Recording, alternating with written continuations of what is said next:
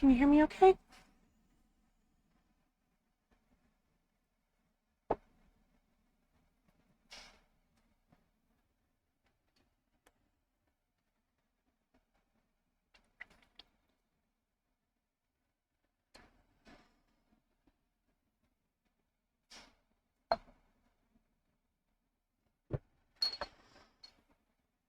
Excellent. How are you doing?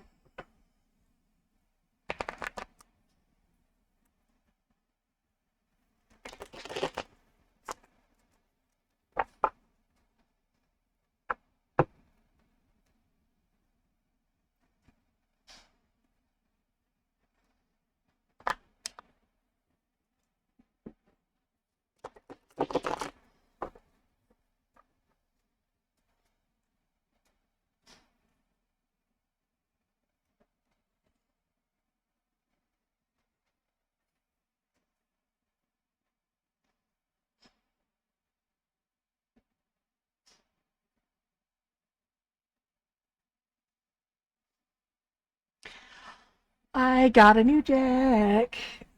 I just got a deck that arrived, I think, yesterday evening. Check this out. Rainbow Brain Skull Oracle deck. And it comes in this awesome box, little magnetic closure flap thing here on the side, so it stays nice and tight. Because of my love for skulls, I was very interested in getting this. I've only looked at it. I haven't done anything with it. Well, I did a 3-card draw on my Facebook, so that'll be revealed tomorrow. But check these out. Are these adorable?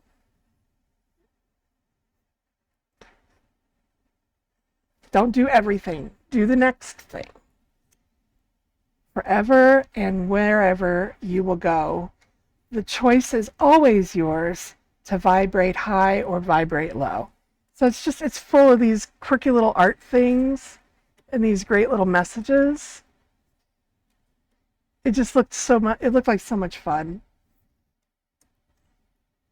You get to control so many atoms.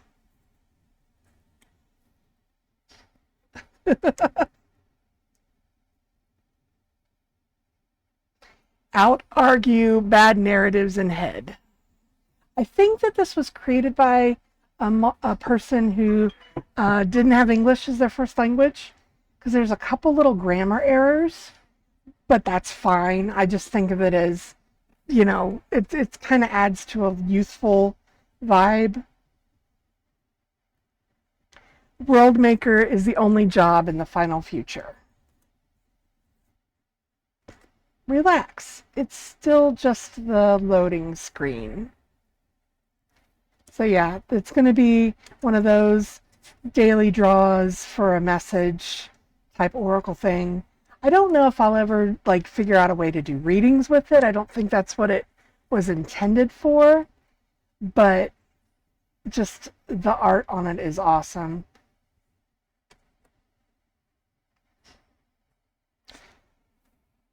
I love this one. You don't hate yourself. You hate not being yourself.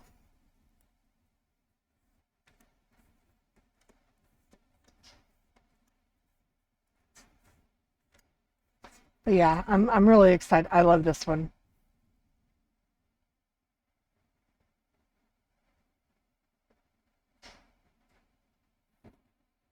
I think that's the logo. Yeah. That's the logo. So he's a cool guy. Aren't they? Aren't they great? And just the art is so cute.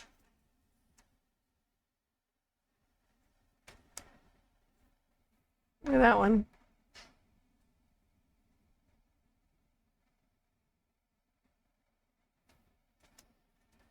But yeah, I'm really looking forward to doing that. Just as a daily meditation thing. And the cards are gorgeous too. Check out that foil on the side. That is a hefty deck. That is a fat deck.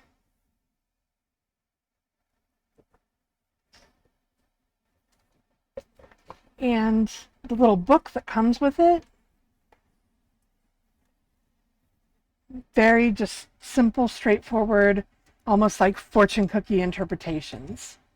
So it's more like you get the interpretation of the card and then you just read into it how you want to. So it's very freeing, you know. I love this. This is like my motto.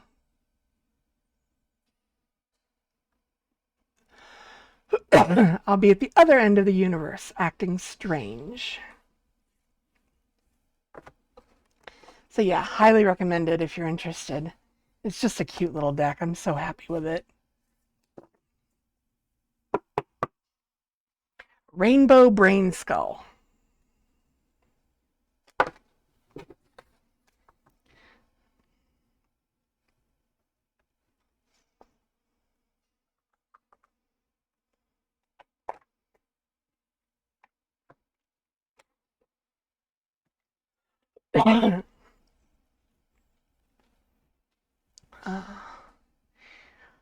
Oh, so tell me about the RP writing that you're doing. Is this like for a game you're playing or a character? Or...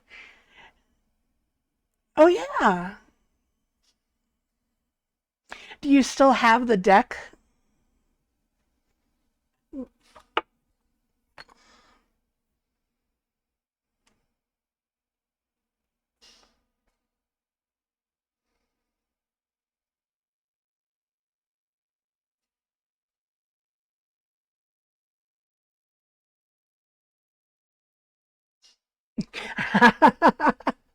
I know the feeling.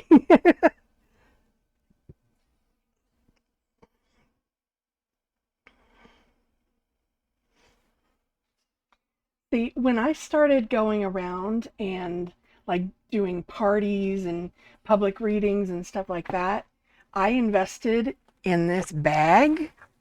See, I have this cute little tote bag that I keep all of my decks and things in so that I know where everything is.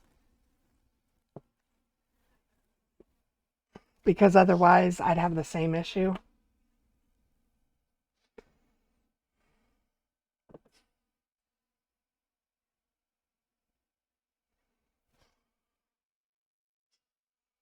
Because if it didn't have a place for me to keep them, then, they'd be on a bookshelf and then get buried in books or something like that.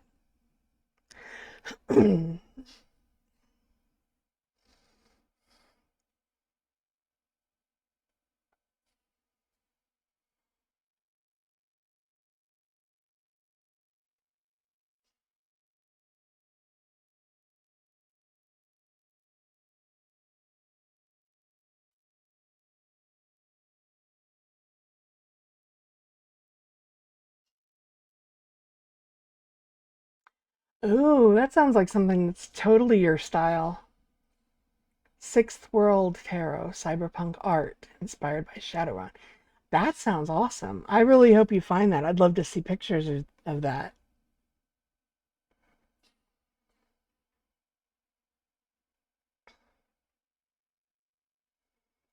And really, one of the easiest ways to get familiar with a deck, kind of like what you would do with that, like with an oracle deck like that, like I just showed you, is just do a card a day.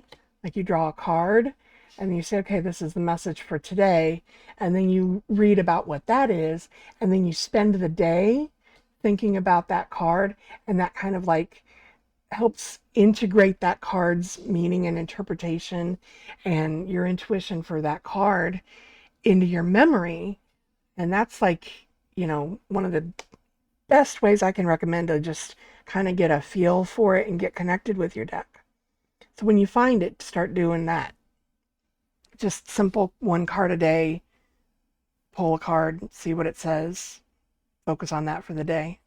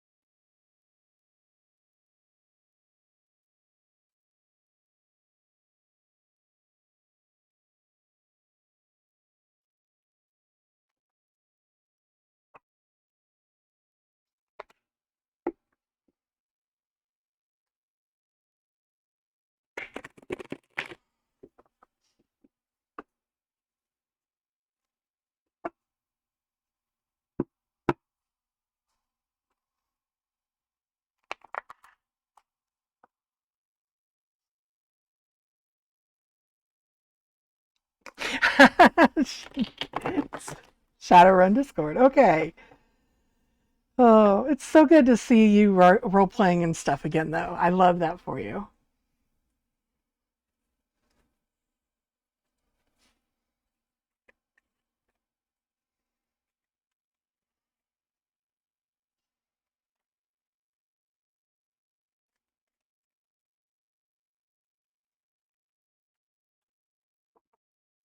I do not role play anymore. I've been focused on, of course, trying to write the novel. Um, and then, dealing with anything else that comes up that kind of pulls my attention away from that for a while. My goal is to still get enough of a draft that I can do beta readers before the end of the year, because I want to still get that presented, um, querying for agents and stuff, so that I can start trying to get it published. But I have to get it. I had what I thought was a beta reader ready version, and then I had all that health stuff happen, and I ended up taking 2 months away from everything, and then coming back to read through it again after all that, I'm like, oh, I don't like this. I have to redo this part, or I have to edit this. And so that 2 months away made me think, oh, well, this isn't where I want it to go, and I could do this better. So now I'm back in a hardcore kind of editing mode. And every now and then with editing, I add more things, which causes more edits. So the goal is to just get it ready with a draft to beta read by the end of this year. So I've got 4 more months to put it out for beta readers. And then after I get those back and I incorporate that work, I'll do another draft and then hopefully get it queried next year. So yeah, I do not do role playing because that would be one other thing for me to not write the book. Yeah, I'm hoping it is.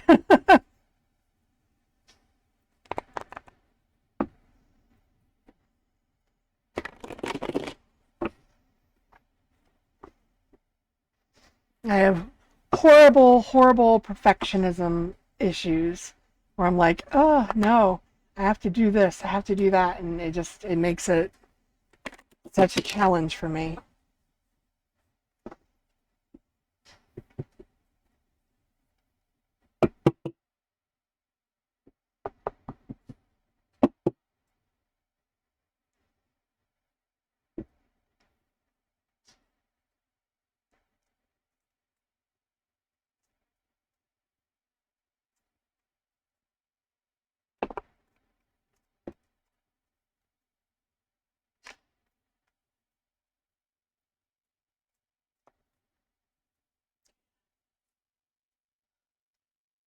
Now, are you just adminning this, or do you actually get to play sometimes too for your game?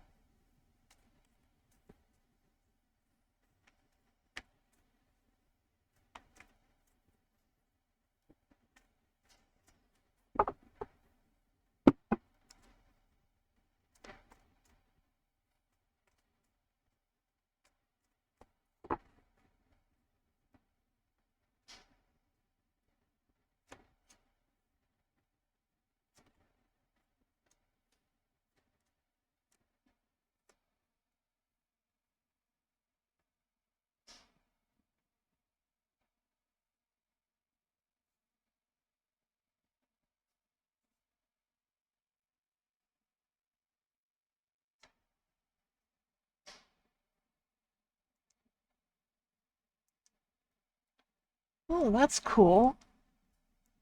Sorry, I'm just playing with my lights a little bit here for a moment.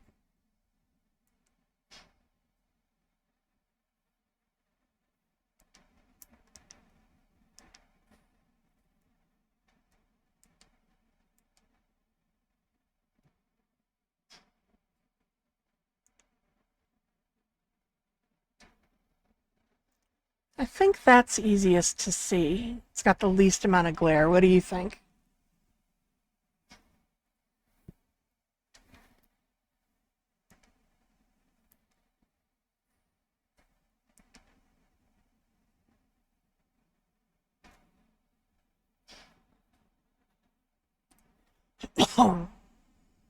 Good, okay.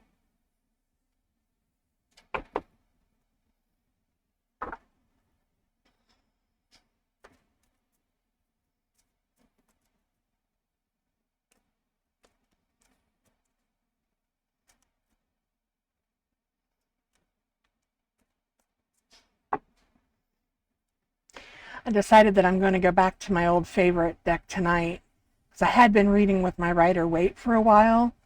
And this is my Robin Wood, so it's based on the Rider-Waite, but the artwork's a little bit different.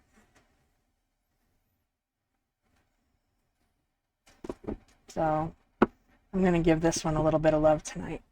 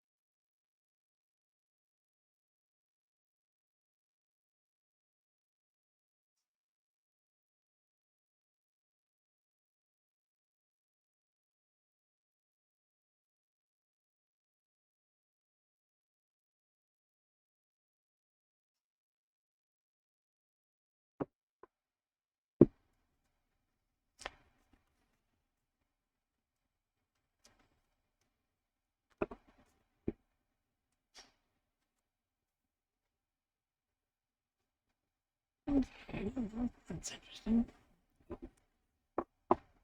This deck tends to give me a lot of jumpers too, so we'll see how that goes if I get any people that want readings tonight.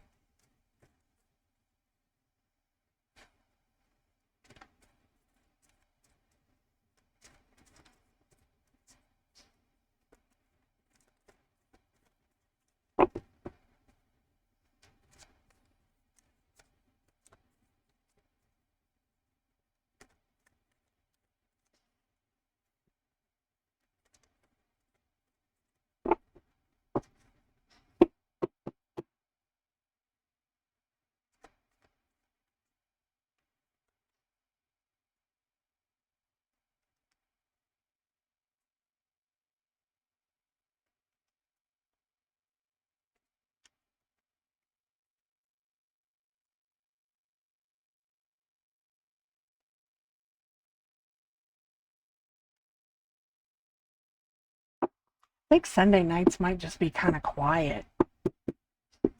I figure, people are probably not staying up very late. Too much to do Monday morning.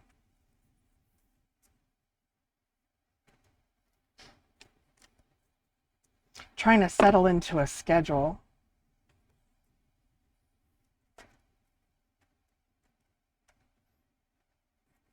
Oh, I'm sorry.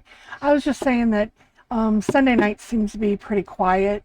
I think that that's because, you know, people have stuff to do Monday morning, so they don't stay up very late. On weekends, I might try reading a little earlier.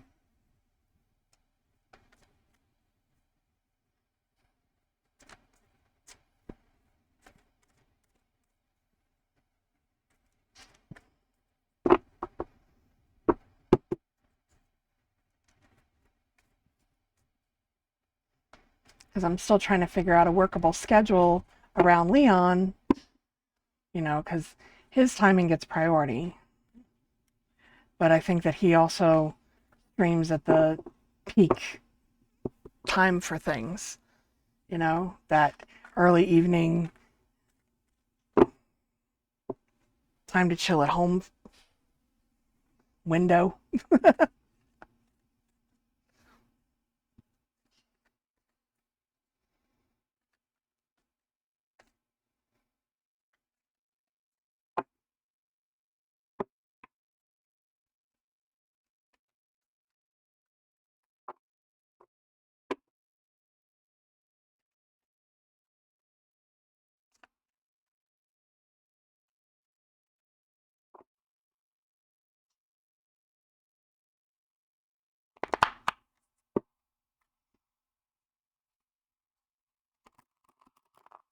I still haven't seen Rin around. Are they doing okay?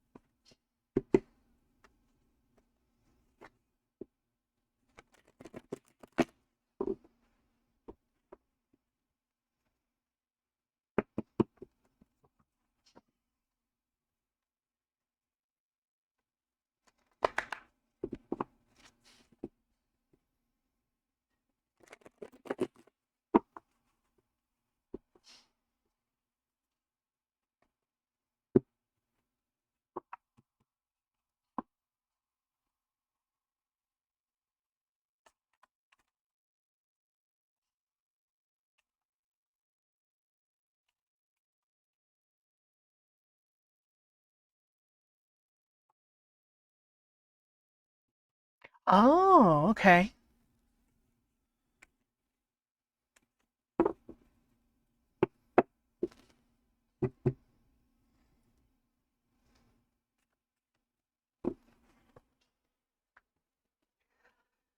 Lots of people doing travel.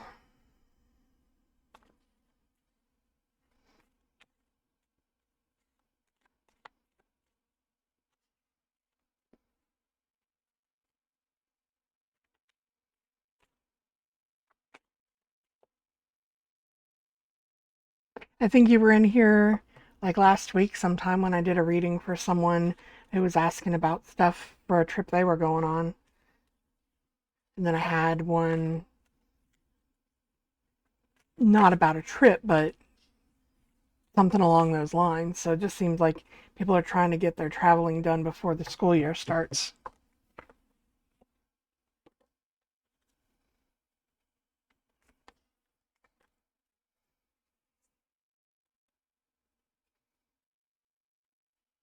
Mm-hmm.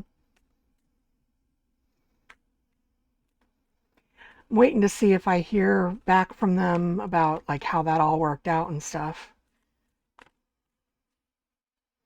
or if it's still upcoming. I don't know if that's happened yet or not.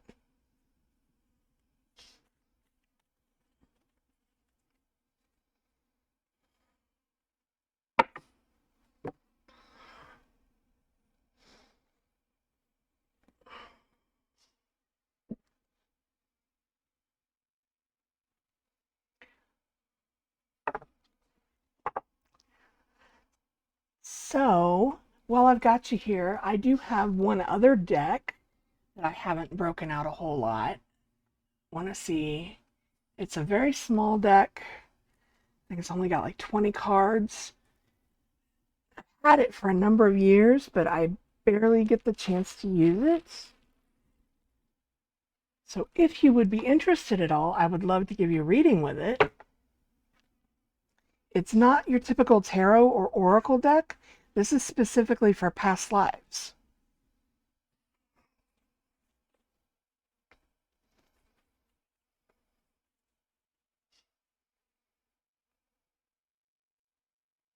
It's called the Phoenix Past Life reading.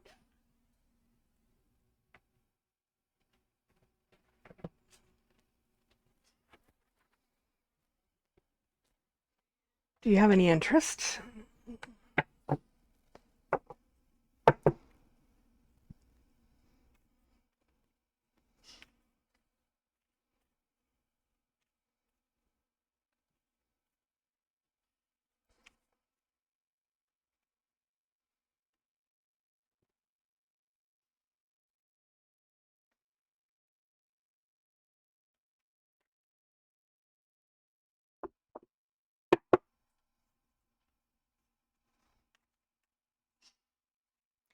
I have to figure out a way to do this with this tiny little table with this little bit of space. Because normally, when I would read with this, I would spread all the cards out. I have to find a way to do this on this table. So if you want, I can give you a reading with this, and you can also help me figure out the logistics for how to do this. It'll be like a reading that is experimental in some ways. Are you up for it?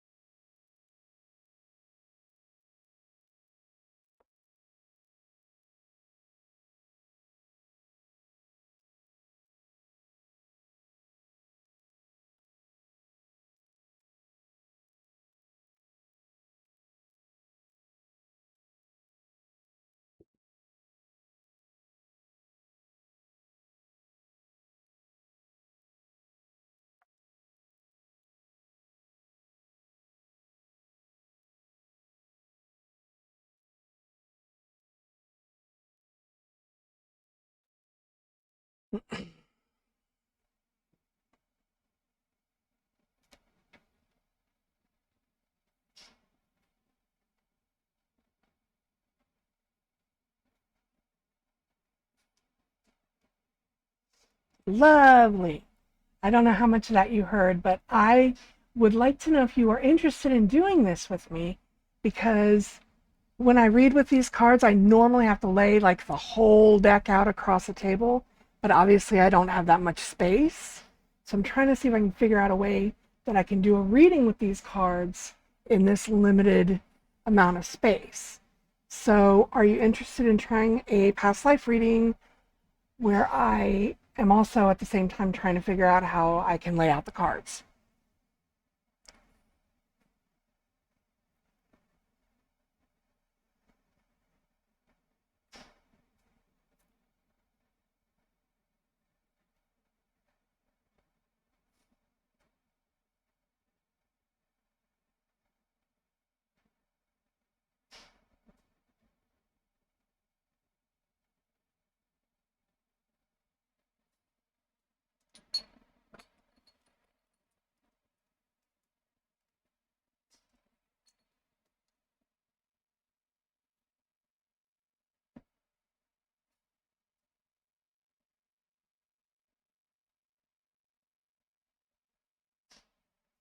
I mean, can I fit on here? Okay.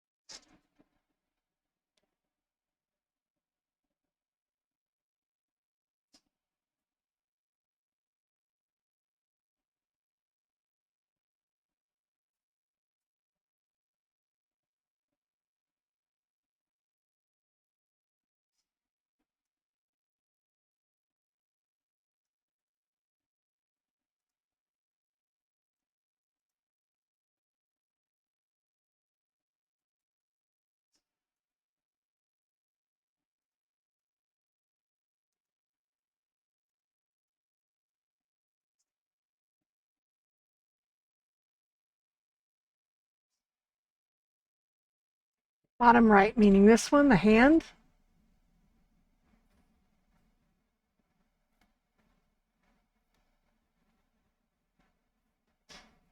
This guy. Okay, so we'll keep that one.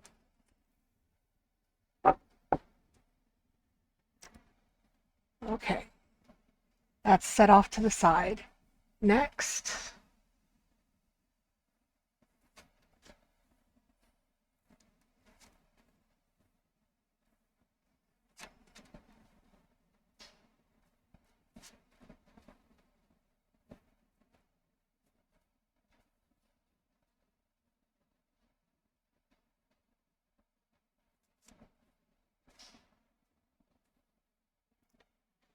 and same deal. If one of those does, tell me which one, and if none of them really do, then just say pass.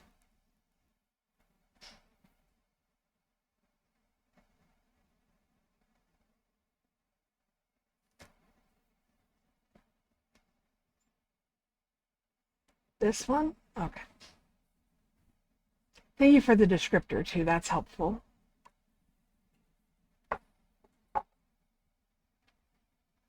I'm gonna let you get a closer look at her.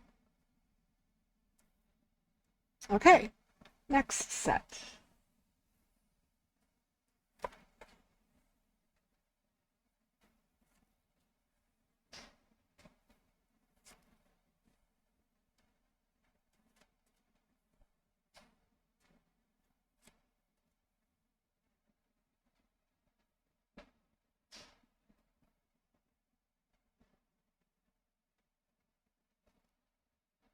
And let me know if you want me to pull one up for a closer look at the camera too.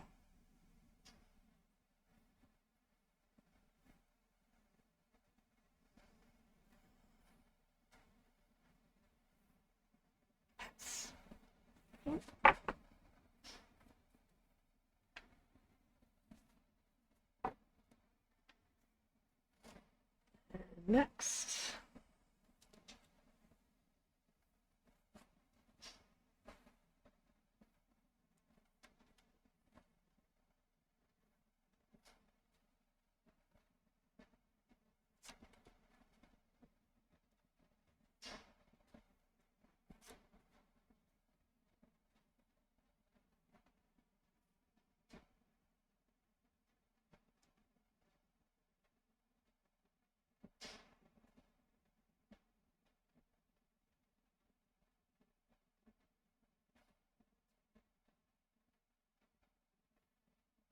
This one.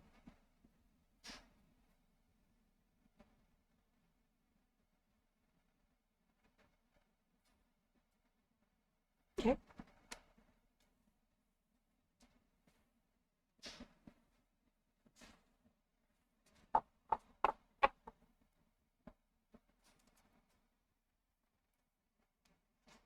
Okay, we got our last four.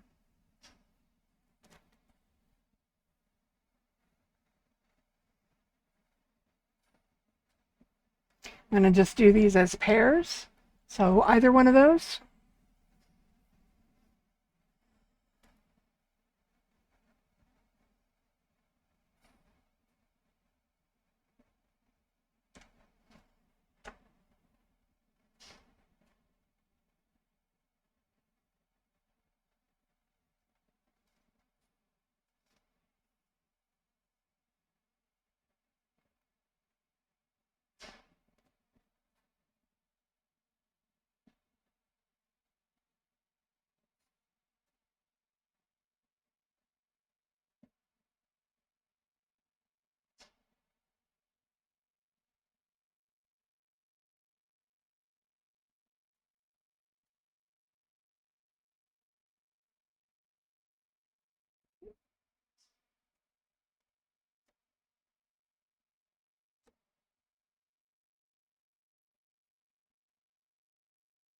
Find a way there. I think that's the least glary. Okay.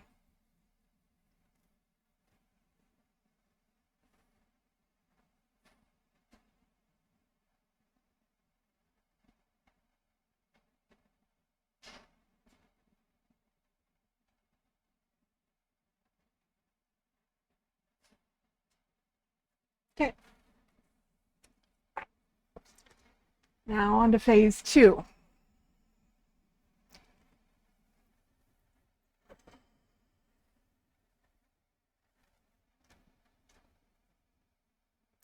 With these, we're going to put them in order. 1 draws you the most, 4 draws you the least.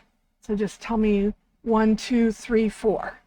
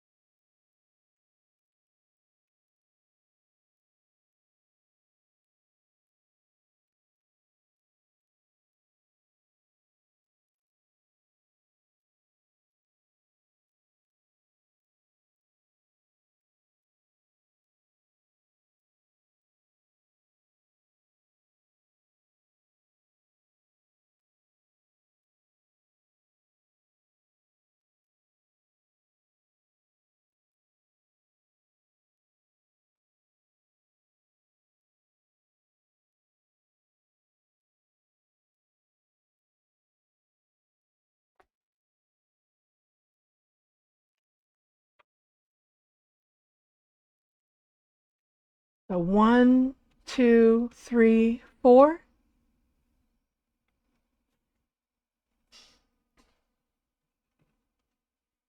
Okay.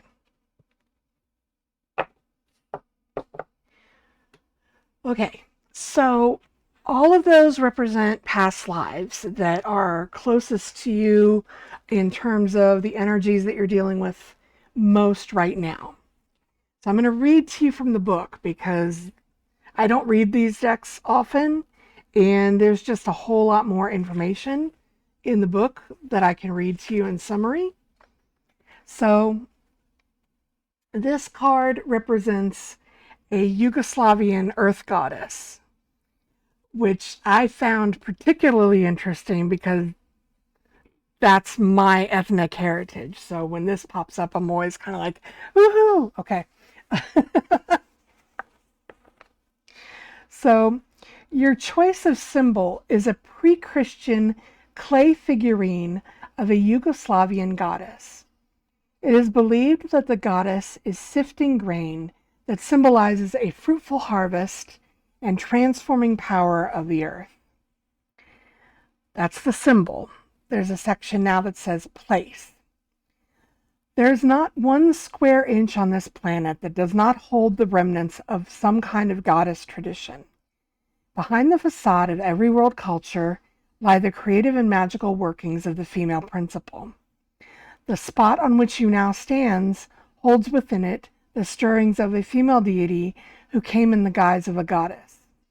Perhaps she is the Lakota white buffalo calf woman or the Hopi spider goddess.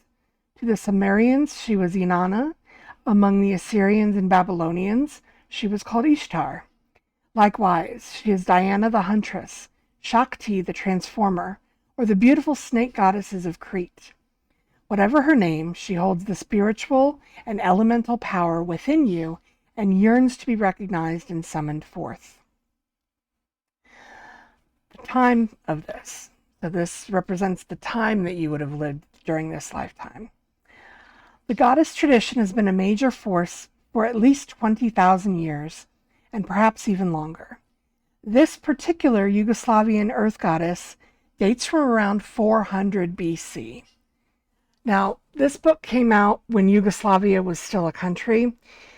Now, Yugoslavia is basically seen as, one second.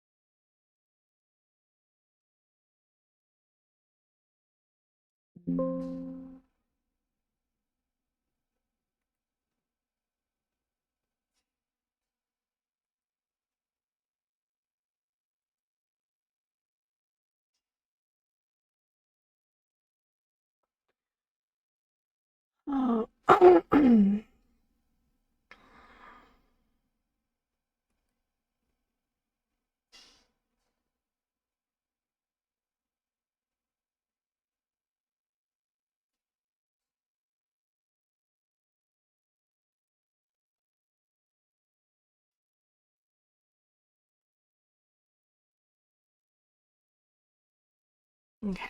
Sorry about that. Okay. So what I was going to say is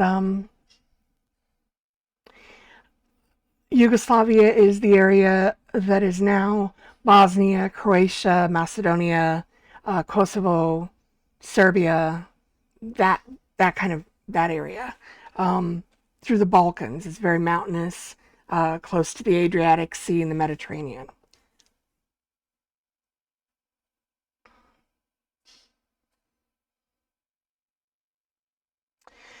The goddess tradition includes all world cultures, especially those of great antiquity. The style of this Yugoslavian goddess is European, but it is similar to other ancient figures found throughout the world.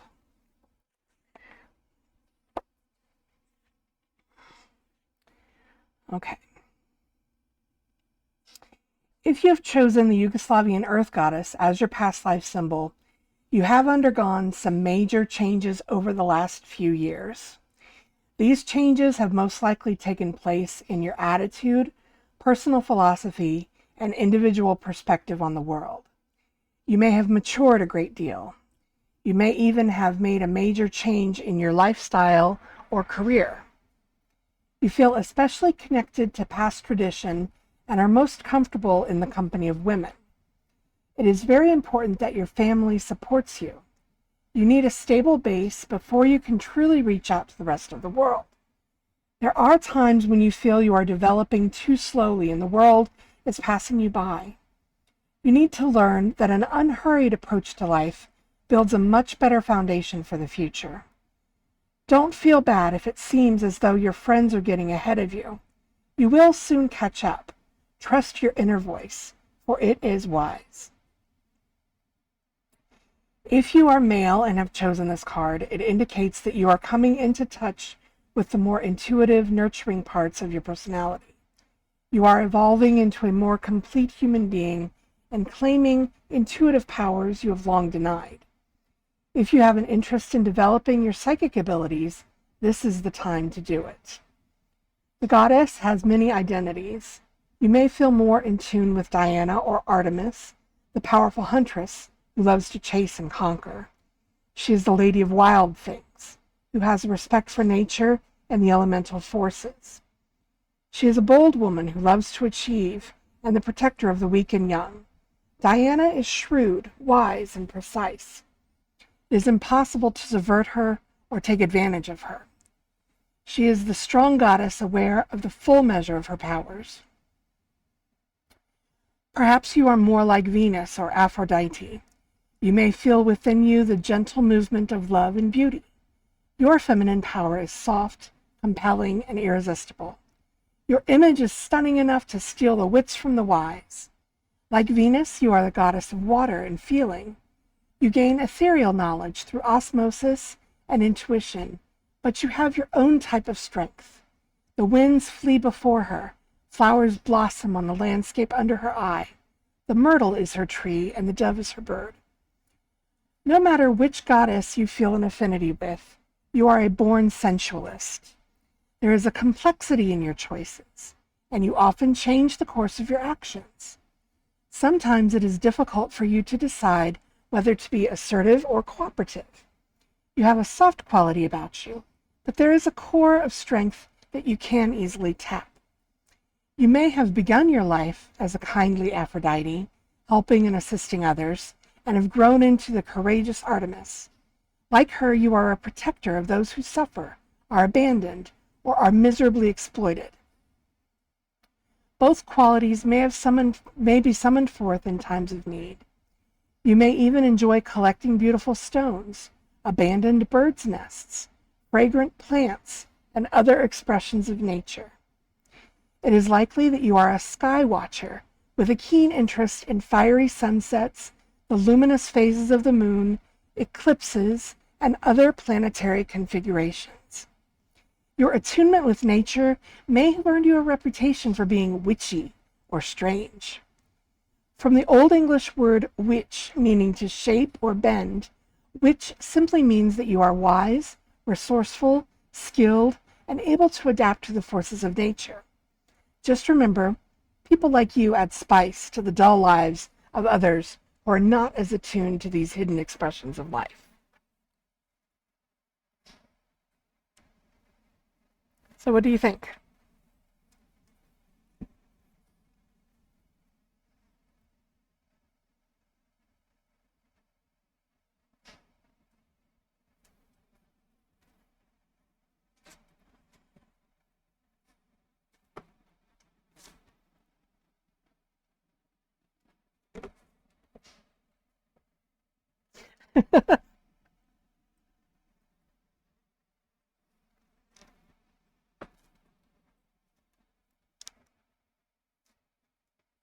Now, what I would encourage you to do going forward with this, since this was your number one card, this is the energy that's pulling most on you right now from your previous life. So this is like, in order to gain clarity and such, it would be beneficial for you to research the history and the culture of this representation. So if you have the time and the inclination, do some research on ancient Mediterranean prehistorical types of things. So this goes back, 15, 20,000 years. This is like Neolithic, bronze, I think, yeah, like end of Stone Age, beginning of Bronze Age type stuff. I know from previous experience with these cards that these three are all centered on Mediterranean and that region. So you have a lot of influence coming from that area. And then what you picked as your fourth card, this is Australian Aboriginal. But your main things, you got 3 out of 4 that are pointing you to the ancient Mediterranean. So like you've got ancient Rome and the region of the Roman Empire. This is ancient Europe or early medieval Europe. Kind of like, well, let me just read it. So I'm going off of memory on that a lot. I don't want to do that.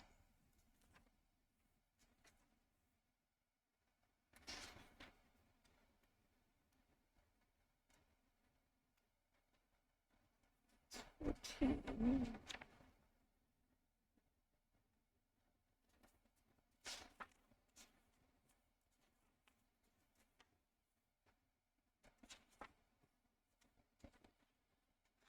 No, that's 16.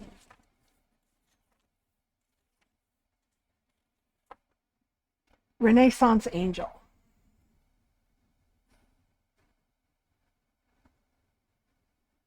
So this is northern Italy during the Renaissance. So you're still in that European, Roman, Renaissance Italy, the Balkans. You're kind of like that Central and Southern Europe predominantly, with a little hint of Australian Aboriginal.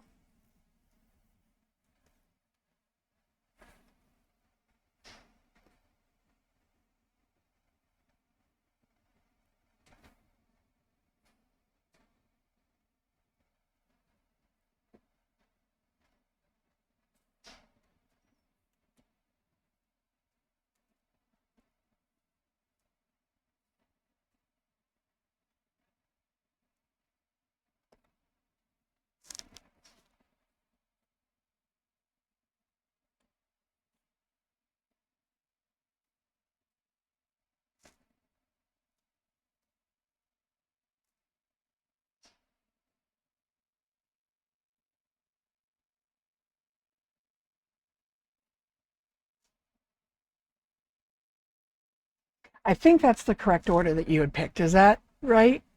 Because I kind of like mixed them up when I was fooling around with the cards. Okay, so yeah, we've got the ancient Balkans, like prehistorical Balkans, Renaissance Italy, Australian Aboriginal, and Roman Empire.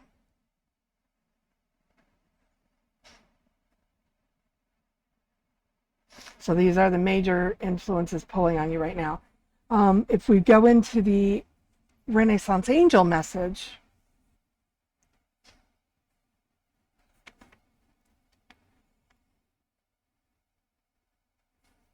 so the information on the Renaissance angel is, if you have chosen the Renaissance angel as your past life symbol, you are versatile, multifaceted, and most of all curious, forever asking one more question. You wish to express yourself clearly, but with a unique or artistic vision. You perceive a deeper nature in everything, which you yearn to unlock. Often you are unable to relax and your nerves tend to be unsettled. Your mind spins out of control. You may suffer from stress-related illnesses as your body reacts to these inner conflicts. You are especially interested in philosophy and mysticism. Your view of mysticism is revealed through an interest in the higher laws of theology, poetry, and Platonic philosophy. The idea of these celestial beings and heaven intrigues you. You may not be particularly religious in a traditional sense, but you are interested in the roots of Christianity and intrigued by the life of Christ. Somehow this beautiful story represents an inner expression of yourself. Pagan ideas are also a source of intrigue, but you are not one to focus your interests too intently in any one direction. You want to leave yourself open to consider many possibilities. Anxiety, me now. You may begin projects with great enthusiasm, only to peter out when you come up with a brand new idea. It is essential that you learn how to finish a project. If you are an artist or writer, you may have many unfinished paintings or stories. If you had a brilliant idea for building a dream home, it is still most likely unfinished. You deny the world your great gifts with such chronic procrastination. In this way, you are a Leonardo type of character. Vasari wrote about the sullen-eyed, bearded master. In erudition and especially in literature, he would have derived great profit if he had not been so changeable and unstable. He started many things, and when they were but begun, he gave them up. You have an advanced sense of spatial perception and face recognition, and are more talented at remembering faces than names. You may have had problems in reading at school, or drew certain letters of the alphabet backward as a child, but it didn't take you long to develop into an above-average reader. Art has been a source of pleasure for you throughout your life, and it is likely that you will have some artistic skills in many different media. You are easily stimulated by any creative opportunity, However, complete freedom of expression is a must. You cannot excel or feel good about yourself when you're trying to conform, and this is a big problem for you. You find conformity impossible and confusing. You are never one to follow a crowd. You are not especially rebellious or subversive, but you only know how to do things your own way. You have a special, unique vision of the world. You tend to view your own life, as a work of art that only you can fashion into something higher, good, or even great. Your inability to flow with the masses is sometimes discouraging, and you may feel like an alien dropped off from another realm. Just remember that when you refuse to fit in, you can only stand out, even though it may be lonely at times. In this way, you are akin to the Renaissance masters. You can make a difference by leading others to higher levels of change through your vision. All others can only follow. So what do you think of that one? I definitely recognize the procrastination and the art and the creativity.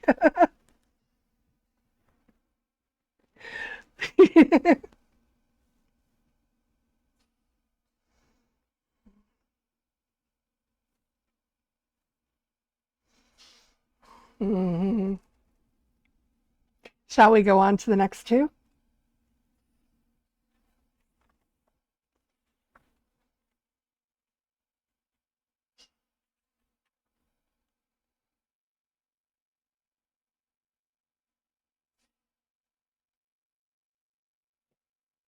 All right. So the Aboriginal bark painting, this symbol you have chosen is a bark painting of a hunter and kangaroo from Ounpelli, Arnhem Land in Australia. This painting was made by the original Aboriginal peoples of the continent and bears little relationship to the art of other nearby regions. So it's a very specific location. Most Aboriginal objects were ceremonial aids used to help the people into a legendary context that was called Dreamtime, or Achiringa, the Genesis place of all beginnings.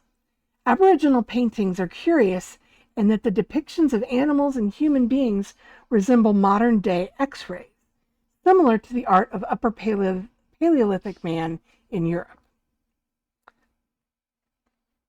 So the time period of this says, it is obvious that the Australian Aborigines are a people of great antiquity. It is believed the first migration of Aborigines occurred during the last ice age of the Pleistocene era, around 12,000 BC. So gosh, between these two, you've got some really ancient roots going back. Other migrations may have dated as late as 4,000 BC. Marco Polo may have been the first white man to reach Australia in 1295, but this cannot be confirmed. Later British and Dutch explorers found the Aborigines to be completely naked, living in crude houses in a manner similar to the other people of the Stone Age. Okay. All right, so the description of this one. If you have chosen the Aborigine bark painting as a past life symbol, you are an intuitive dreamer with a special awareness of the unseen world. You may sometimes have the strange sensation of being alien in your own environment. That came up from the last card, okay, as if you came from another time or place. Yeah, right? It is natural for you to lapse into a state where you seem to leave your body for several moments. People may think you are ignoring them or unable to hear what they say, but you are only lost in your own private world. You succumb to these floating thoughts frequently. This feeling of being separated from your body may take place in daydreams or when you are at rest. It is likely that you will have one or more out-of-body experiences during your lifetime. Strangely superstitious, you are at first skeptical of other people. Although you are kind and generous, there is a part of you that is never released for others to know. This part is mostly involved with your spiritual self and your secret ideas. You are not influenced by the dogma you may have encountered over the years, but you have your own system of belief which you have fostered since childhood. Dissociation. That's another word for it. Yeah, kind of that daydreaming off the, yeah, totally.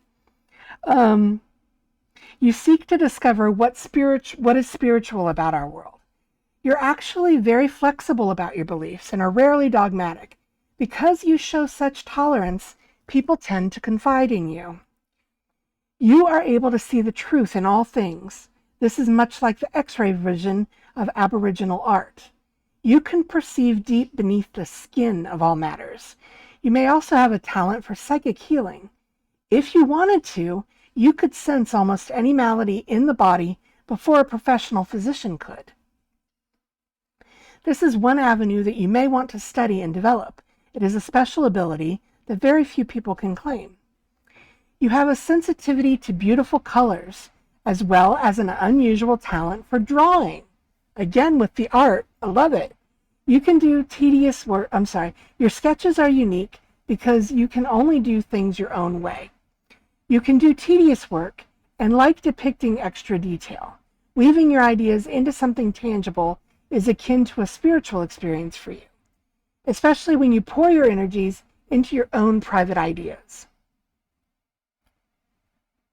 You can even feel healed by doing such intricate and powerful work.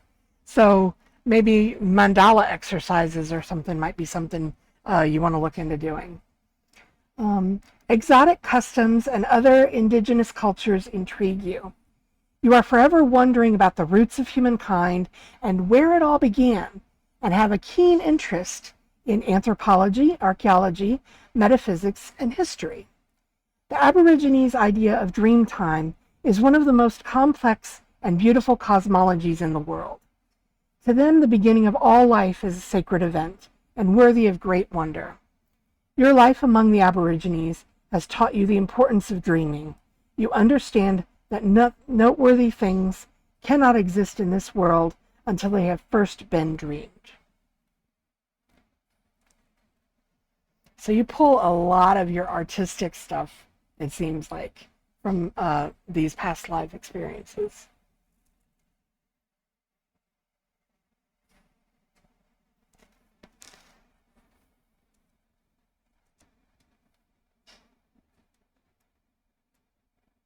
I'm enjoying this. I think this is really fun. I wish I got to break these cards out a little bit more.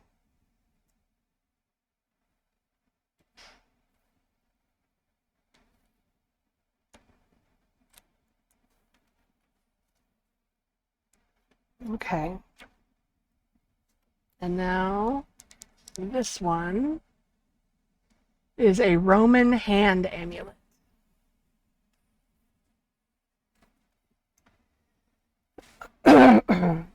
The symbol you have chosen is a pre-Christian bronze hand sculpted by the ancient Romans.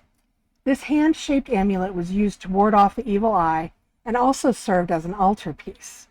Since the acorn on the thumb is associated with rebirth, the amulet is thought to represent the budding, transformative powers of nature.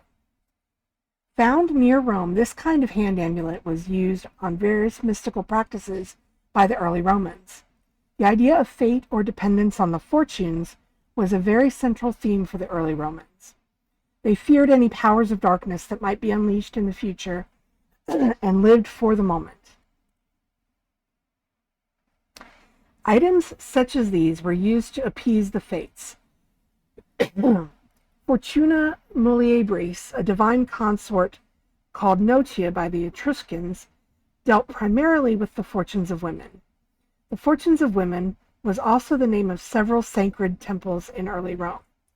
Amulets similar to this one have been discovered throughout the entire Roman Empire, which at one time extended from Central Africa across Europe and all the way to the British Isles. So again, a lot of European background. The date for this is traditionally set around 800 BC. So still dealing with, like if we put this in terms of timelines, this is first, this is second, this is third, this is fourth in timeline-wise.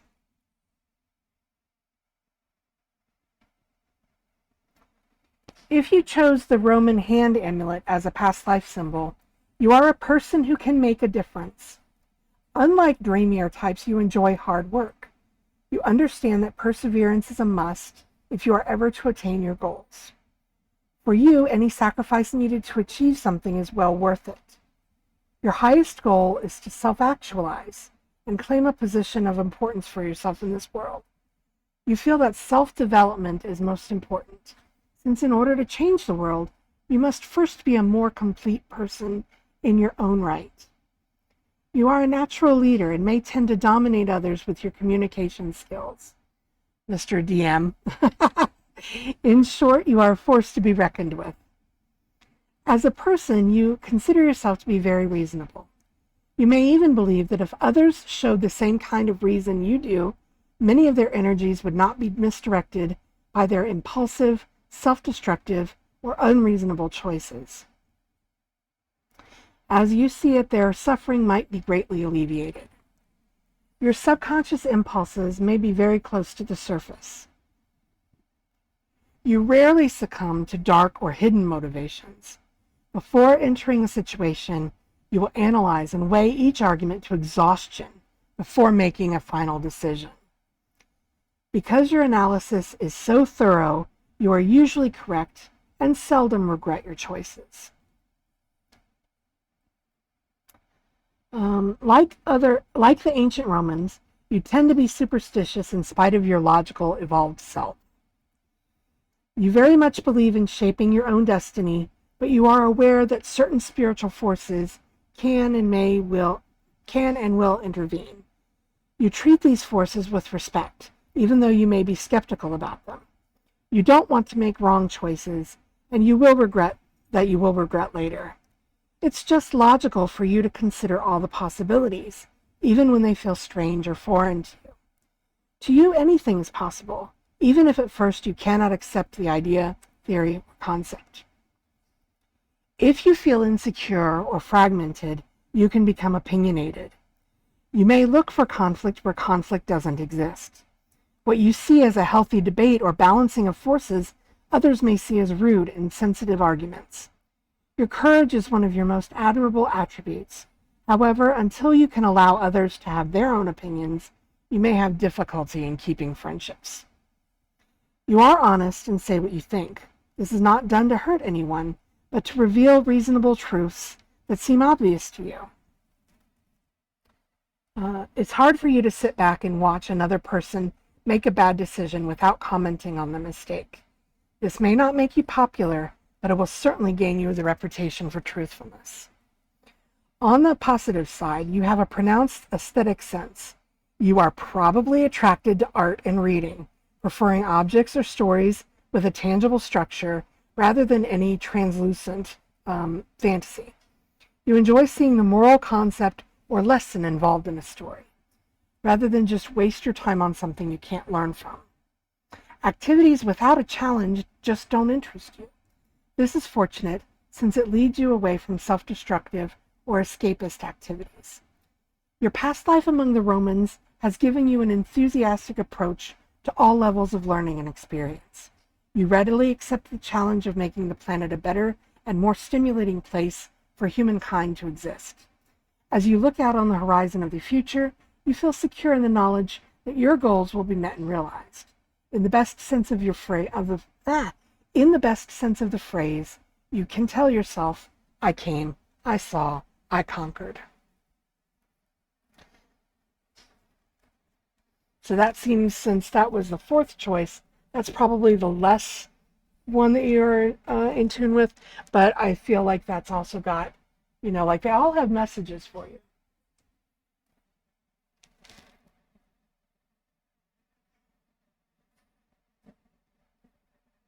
But I think the slow to come to a decision, careful about what you think of, again with the artistry and the reading and the, things like that, that's just like everywhere. Oh my gosh. You're an artist, you're an artist, you're an artist, you're an artist.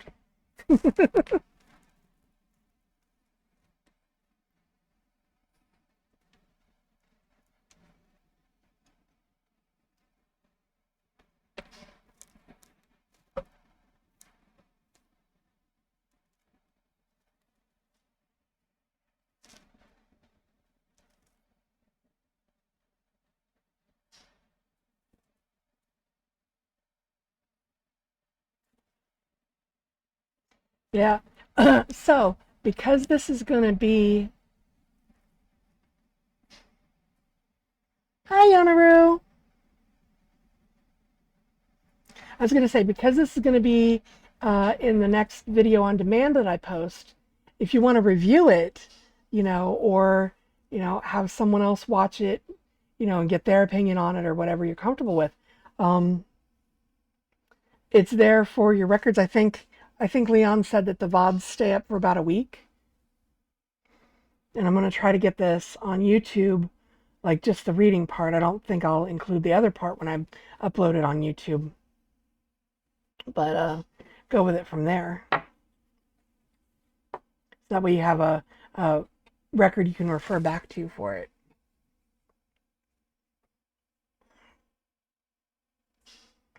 Ah, how you doing, Yanni?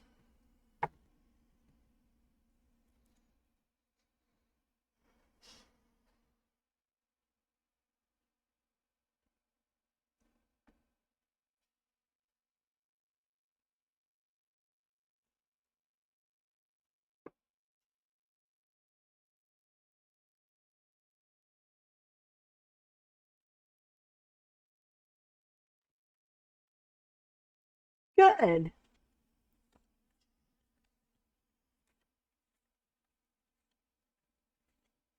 I am very glad to hear that. Your bird sitting? What kind of bird?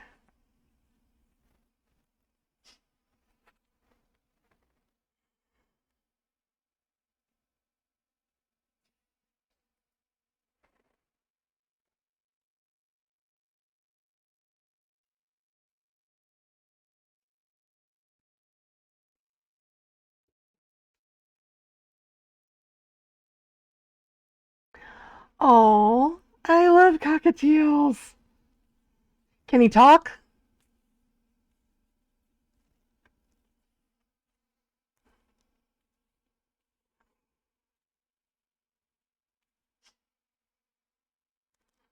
Oh, I had a cockatiel that my mom inherited from my aunt. Very mean and angry. Well, he probably just misses his people. They get very, very attached to their family. So, unfortunately, being a bird sitter is not fun with cockatiels because they only like their people, at least in my experience. But I had a cockatiel when I was very young that my mom inherited from my aunt, and my aunt had raised your mom's bird. Okay, well, he's not yours. He's not your bird. He's just not your bird. Um, but my cockatiel could talk. My aunt had raised him from an egg, basically, like bottle fed him or whatever you want to call that, dropper fed him. And he could say, his name was Petey, and he could say, "Pretty boy Petey," and come here, and give me a kiss, and, just cute little things like that. And then my ex-husband his mom had cockatiels, and between the two of them, they all knew how to whistle the Andy Griffith theme song, but they would never do it in order. So they'd like just chirp parts of the Andy Griffith theme song randomly. And the favorite part that they would always do is the do do do do do do do do, and you'd constantly hear do do do do. Like they loved that part.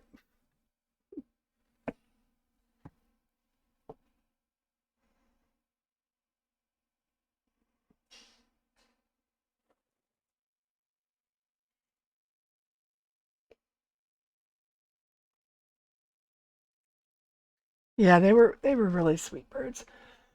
My part. Excuse me. I feel like I'm losing my voice a little bit. I'm not used to talking so much. I'm such a quiet person. My voice is getting a workout doing these.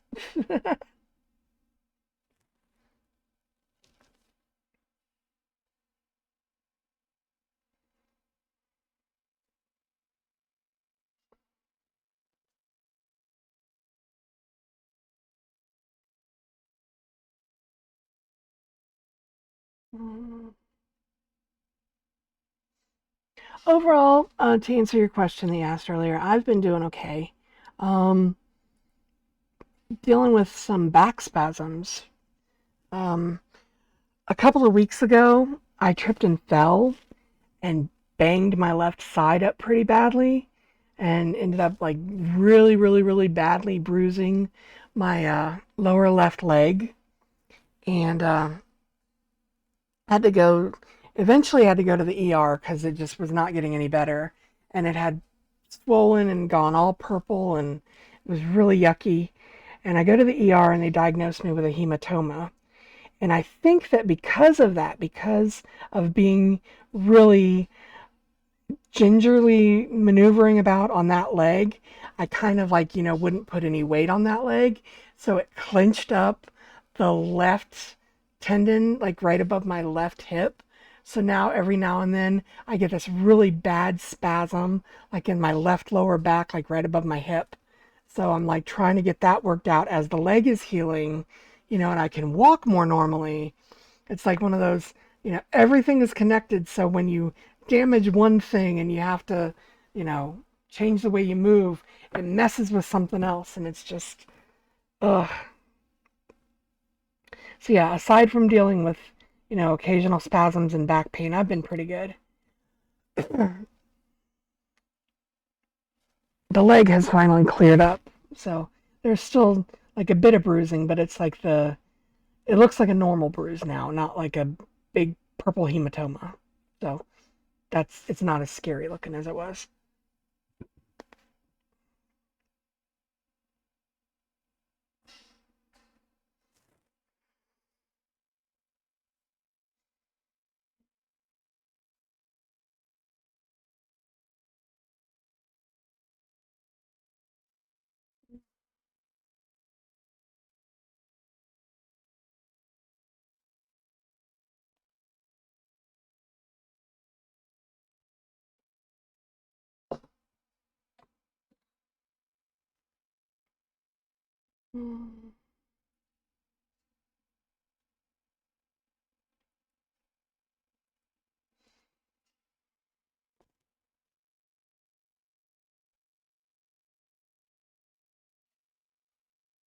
What's the bird's name, if I may ask?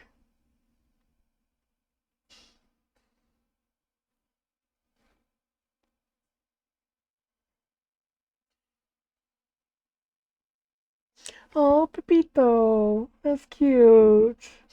Do you call him Peppy?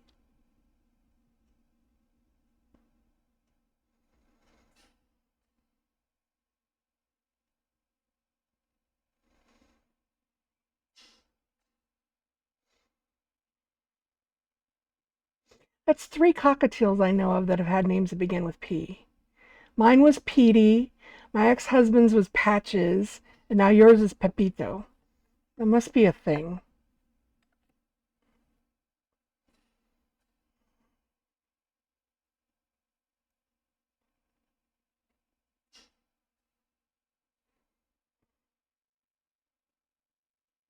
Pito.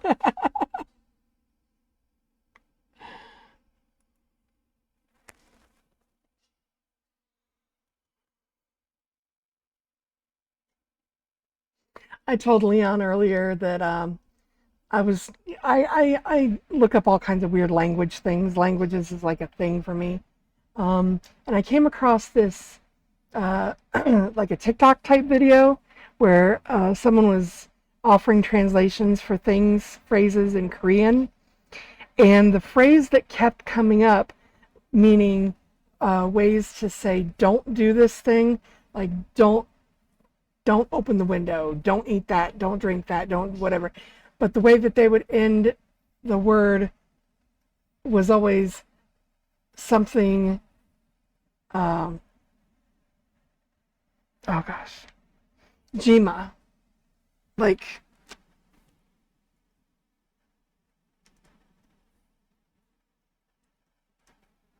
that. So the last part of the word would always be Jima. It'd be like Bojima, Kojima, Fajima, or whatever. And I thought that was so funny that I told Leon, I was like, so it seems that our cat Majima in Korean would be someone telling someone else not to do something. So we don't know what the ma could mean, but because his name ends in jima, it obviously must translate to telling not to do something. So because he has a problem sometimes with going outside the litter box, we're thinking that majima means don't pee outside the litter box. But we don't know. That's just an intuitive guess.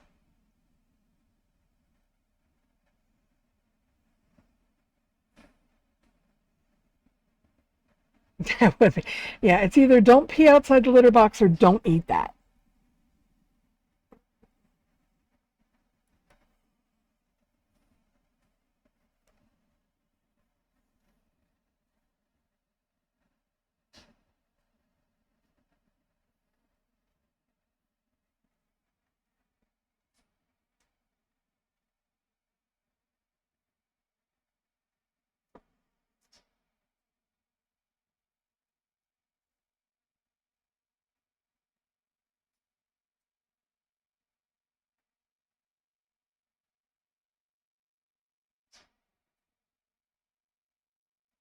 Well, I appreciate you stopping by. I'm actually probably going to head off of here in a minute or so anyway myself because, oh,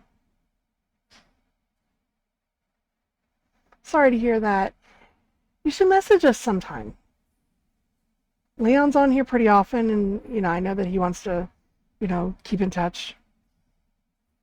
But, yeah, it's 11 o'clock here, and I got to get back up in a few hours and help Leon get ready for work, so I'm going to close this out. Plus, I have very little voice left. So I really appreciate you guys coming by. Cat videos are always welcome, definitely. But, uh, but yeah, definitely, Locke, go ahead and look up your reading again for future reference if you want to go back and see that in more detail. It'll be on the VOD, and then I'll get it up on YouTube and give you a link to the YouTube.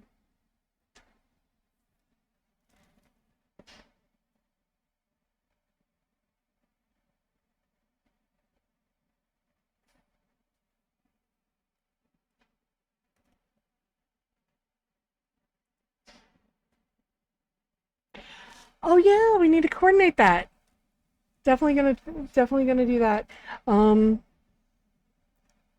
Waiting to see like when would be a good time because I have to schedule it around Leon. I have to schedule it around people that want to do it. You know. Yeah, it's just picking out a time. Alrighty, lovelies. Again, thank you so much for coming by. Y'all take care. Have a good night.